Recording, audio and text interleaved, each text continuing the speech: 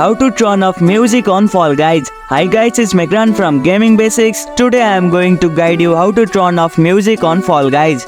Turning off music on Fall Guys is quite easy, so without any delay, let's start the video.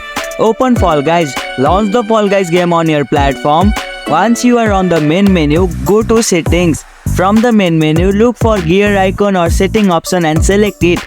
Navigate to audio setting. In the setting menu, find the audio or sound tab. This is where you can control various audio aspects of the game. Adjust music volume. Look for the music volume slider. To turn off the music completely, move the slider all the way to the left, which will set the volume to 0. Save changes. If there's an option to apply or save changes, make sure to do so. Otherwise, the settings should automatically update. And here you go, it's done. That's how you can turn off music on Fall Guys. If you liked our video, press the thumbs up and share button. If you have any question, comment down below and don't forget to subscribe the channel for more tutorials.